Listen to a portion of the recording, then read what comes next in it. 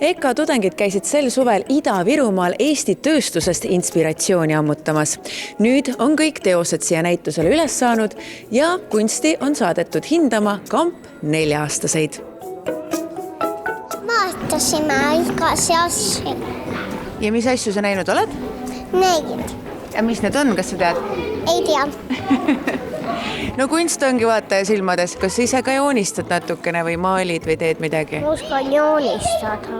Ma läksin ükskord näitusele Korsnas, hüppasin näitusele. Kas see oli nüüd unenäos või päris elus? Päris elus.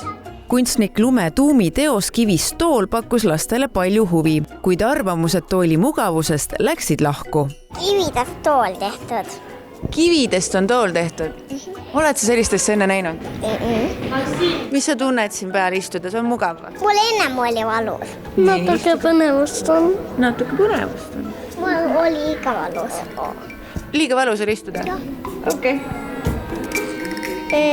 Mugav. Aga vist dinosaurused surid palju. See meenutab sulle sellist dinosauruste väljasuremise aega? Jaa.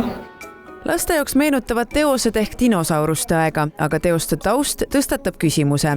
Kas Eesti tööstuslinnakud on kiviajast?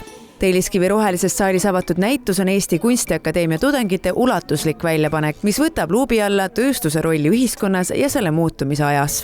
Käisime suvel Ida-Virumaal, täpsemalt Kohtla-Järvel, Viru keemiagrupi aladel praktikal, EKA suvepraktikal. Ja siis saime seal tutvuda sealse tööstusmaastikuga ja siis sealt ammutada inspiratsiooni. Minu töö siis võib-olla suunabki sellistele mõttekäikudele, et millise mugavuse arvelt see meie praegune mugavus tuleb.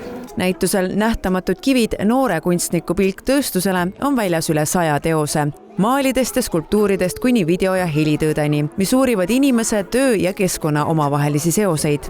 Kord paisub tööstus monumentaalseteks arhitektuurimotiivideks, kord muutub mänguliseks mustriks või looks, mis räägib inimesest ja tema töödest.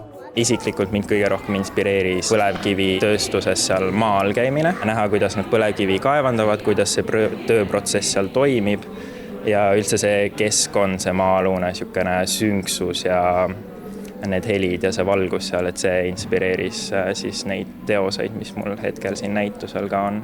Väljapanek avab tööstust üllatuslikult mitmekülgselt nii disaini, maalide kui tarbekunstina ning iga töö tõstatab omal moel küsimuse, millise jälje on tööstus jätnud meie maastikule, identiteedile ja igapäevaelule.